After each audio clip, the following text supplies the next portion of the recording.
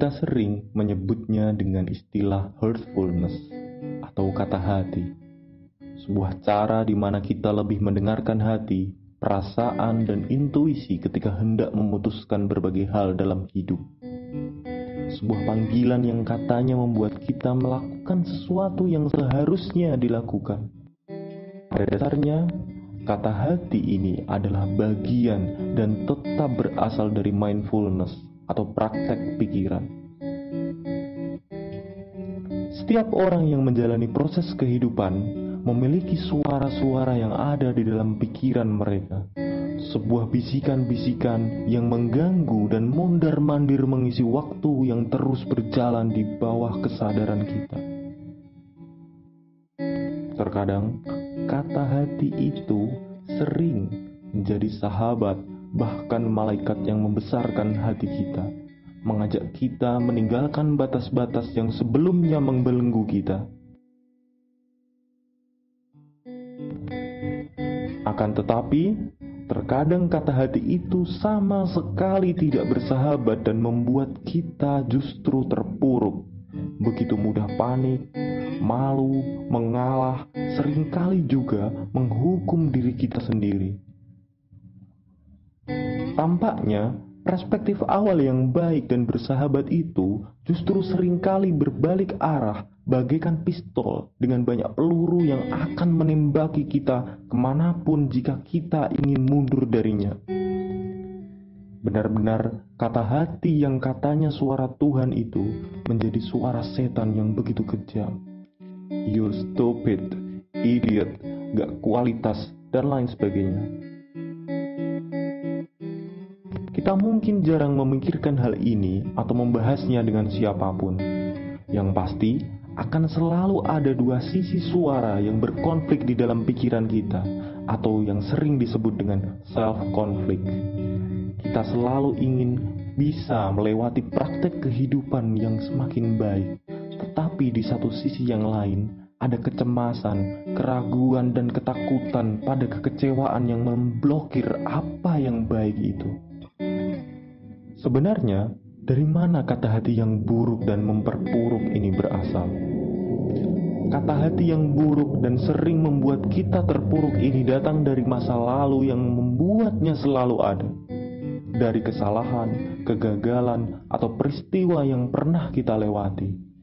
Mental kita yang lemah waktu itu memaksa kita mengalahkan rasionalitas untuk mencari opsi dalam memperbaikinya. Atau bahkan dari perkataan orang lain yang sering kali kita serap, dari orang tua, saudara, guru, teman, dan bacaan-bacaan yang sering kali memaksa mengancam, menghukum, dan menjatuhkan kita. Perkataan-perkataan dan peristiwa tidak menyenangkan itu muncul dan kemudian bersarang di dalam pikiran kita. You're nothing. Kamu gak ada apa-apanya dibandingkan dia atau mereka. Ada banyak pembahasan tentang problematika kata hati ini jika dilihat dari berbagai perspektif.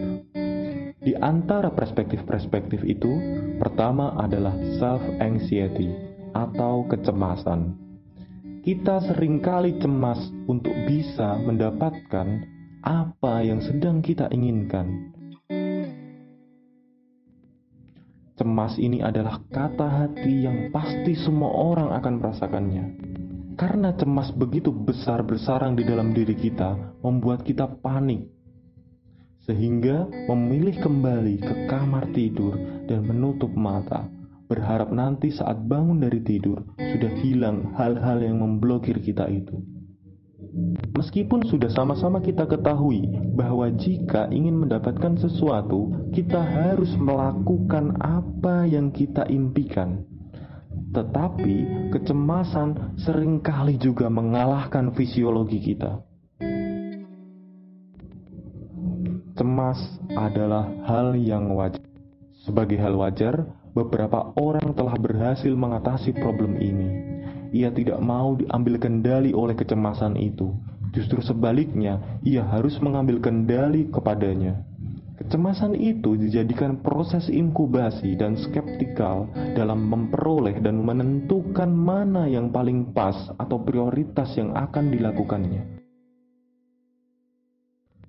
Dalam mode kecemasan yang menjadi proses belajar ini, tidak ada waktu yang menentukan sampai kapan kecemasan itu akan memenuhi pikirannya. Yang pasti, sampai ia benar-benar yakin untuk melakukan hal yang dilakukan. Kecemasan bisa menjadi jalan yang baik dalam proses mendapatkan sesuatu, kecuali jika kecemasan itu justru kita maknai sebagai hal yang negatif yang merusak dan menjatuhkan kita. It's all about perspective.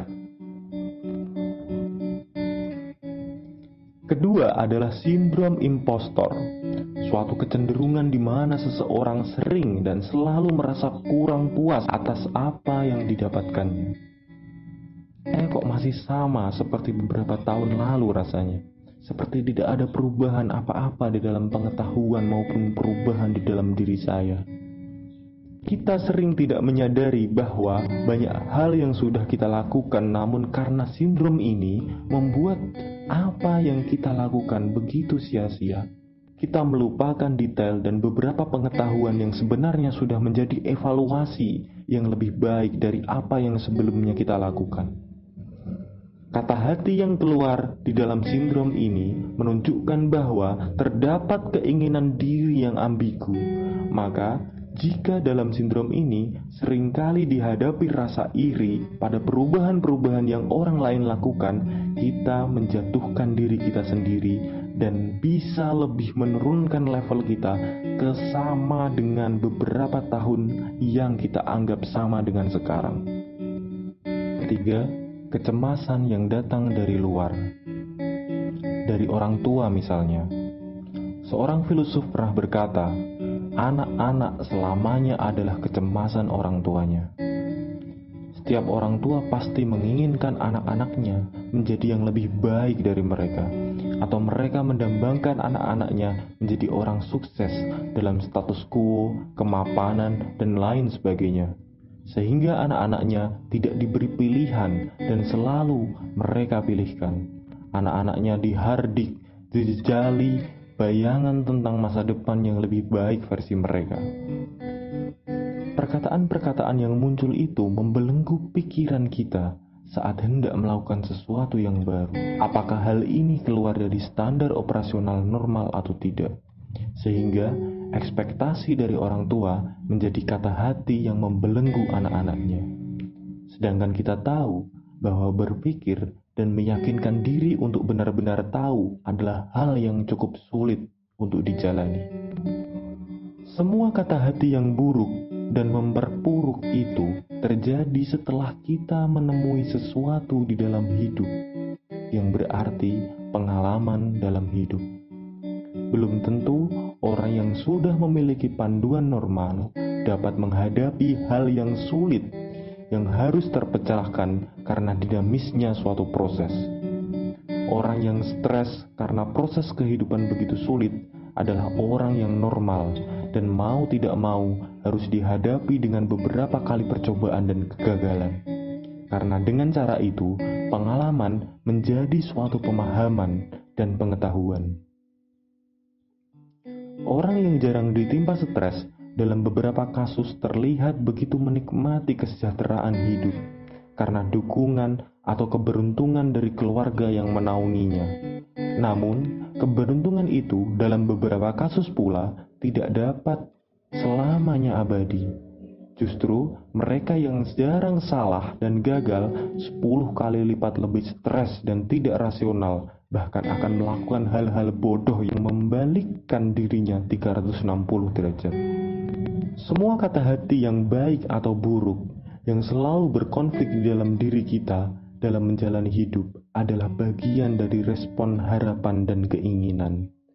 Di sini, setelah kita paham betul bahwa hidup ini harus dijalani dengan bahagia, semestinya pencapaian akan kesuksesan atau kemenangan adalah bukanlah yang menjadi inti dari seseorang, melainkan perbaikan dan perbaikan dari hal yang kita terus hadapi adalah capaian terbaik dari manusia.